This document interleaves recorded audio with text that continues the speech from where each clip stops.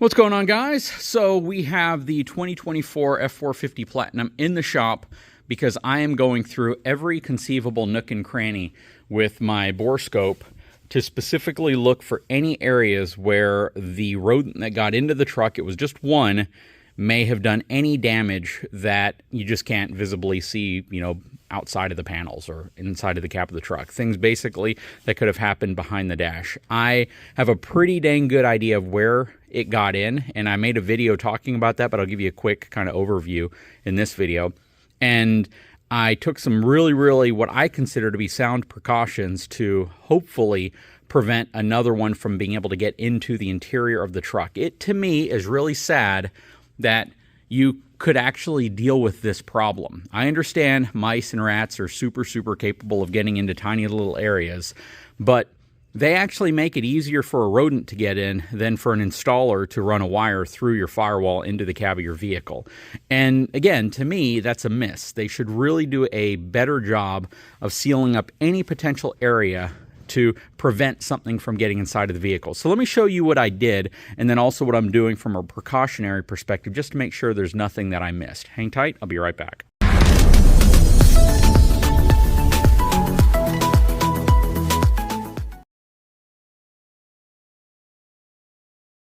Okay, so we're gonna start with where we identified the rodent. So in the camera, which I placed on my center console right here, facing down, it's a pretty wide angle Reolink camera, I was able to see the rat crawl up a pedal here, down, and then out the other side in one of the videos. And when I saw that, I wanted to backtrack that path with the bore scope to see if there were any droppings, if there were any indications that any wires had been chewed, anything like that. The good thing about these new vehicles is that it actually has an interior motion detection sensor. It has two of them. They're up here in the mirror. They're right here, and one's right there. And they scan the interior of the vehicle whenever the vehicle is locked, and basically will set the alarm off if it detects any motion inside of the vehicle. It can kind of be I guess a negative thing if you have your family in the vehicle and you go to a grocery store and you just want to lock the truck. Maybe it's cool outside and you don't have to worry about cracking the windows. If they move inside of the vehicle after the alarm sets, the alarm's going to go off. But the nice thing about these new vehicles is that it actually sends a notification to your phone telling you what type of intrusion took place. If it's an anomaly, if it's an interior motion, and you get these alerts through the Ford app on the phone. So I started getting these alerts at about noon, about 3 days ago. Now, I don't know what day this video is going to be published, so let's just say when I started getting the alerts, the day I got them, as soon as we got home from eating with the family, which was close to around 10 o'clock at night, I started to investigate the truck to see what the heck was going on. I looked all over the interior of the vehicle. I looked all over the outside of the vehicle. I didn't really have any idea. I thought it maybe was a spider, a roach crossing the sensor. Just didn't know. We have a lot of spiders out here, and they get into vehicles, so there's not a heck of a lot you can do about that. I did not think that there would be I'm not going to say it was a giant rat. It was actually a field rat. The body was maybe about 3 inches long. It looked a lot bigger in the video than it actually was, but the body was about 3 inches long. The tail was probably about 7 inches long. And I had no idea that is what we would find inside the vehicle. So instantly, when I found it, I set traps, and I caught him less than 10 minutes after I found him. I set traps everywhere. Again, if you saw the video that I posted, you saw that I set 2 sticky traps here, 2 regular traps, then the same thing on the other side, and I baited them with cheese. And I'm going to tell you, not 5 minutes after I set them, went inside, started looking at the camera, the rat came out, started eating the cheese, got stuck in the trap, and within 5 minutes, he was out of the truck and dealt with. So, yeah, I instantly started worrying about where else he could have gotten into the truck. So I went through the whole truck. I vacuumed everything out. I didn't see hardly any droppings. I think I saw 2 droppings on the floor mat, and I saw several on the cabin filter, and then on the outside of the truck, before it made its way in, I saw 1. So it hadn't been in here very long. And if you guys know anything about rabbits, about rats, mice, anything like that, they're constantly pooping every time they move. I mean, it's very rare to see one move more than 5 minutes without pooping. So it couldn't have been in my truck very long, and I knew exactly where it went, because in the back, there was some crumbs on the floor from one of those little baby snacks that you give babies to chew on. Half of it had broken off, and that's what it was chewing on. So that's what it made its way to pretty quickly. And again, I believe that that was the main target. Again, I didn't find any indication that anything was damaged, but I wanted to be sure, so I got the borescope out and I was probing everything. I've probed underneath this, I've probed behind here, I probed the other side, I pulled the glove box down, I probed behind there, I probed up the dash, I took the cabin filter back out, I probed inside of there. So I didn't see, and I haven't seen any other signs that there's damage or anything that's been chewed on, which is fantastic. The last thing I want is to deal with a wiring related issue in my truck. And it looks like it had a pretty simple path to get in from the outside vents. And let me again show you what took place. So if you saw the video on it, this antenna is to the Wolf Box rear view mirror that I put in. It's the GPS antenna for it. But this right here is pretty dang soft rubber. And now if you look inside there, which you may not be able to see, there is actually steel wool. It's stainless steel wool, and I stuffed this entire area. But there is about a 3/4 inch gap that's about 3 inches long that extends from here to here underneath this. And you can see part of that gap. Let me see if I can zoom in.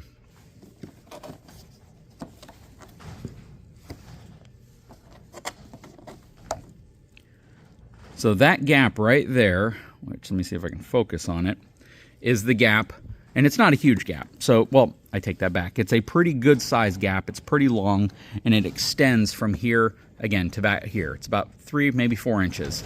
So I took steel wool, and I've stuffed this whole cavity right here with steel wool.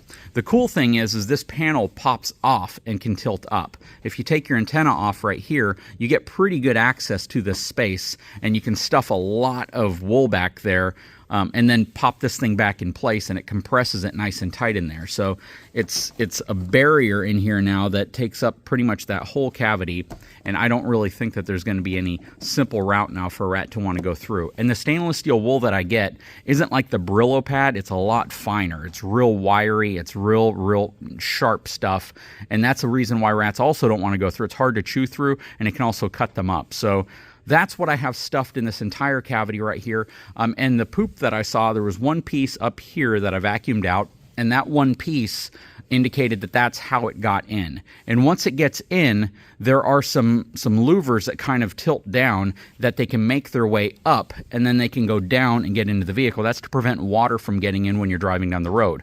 All vehicles have some version of this in them. It's basically how it pulls fresh air in and recirculates it into the vehicle. So that's essentially the route it got in. It made its way by going through the snake work of ducting in there to get to the cabin filter. Once it got to the cabin filter is a super soft, very soft cloth-like material. If you've ever replaced one, you know what I mean. And it's very easy at that point for it just to kind of push aside and work its way through, which is what it did. So once it gets through the cabin filter, it pretty much has free reign to get through some of the ducting that to either pull air in whenever it's set on recirculative, or just to push air out if you have it just dumping into this space.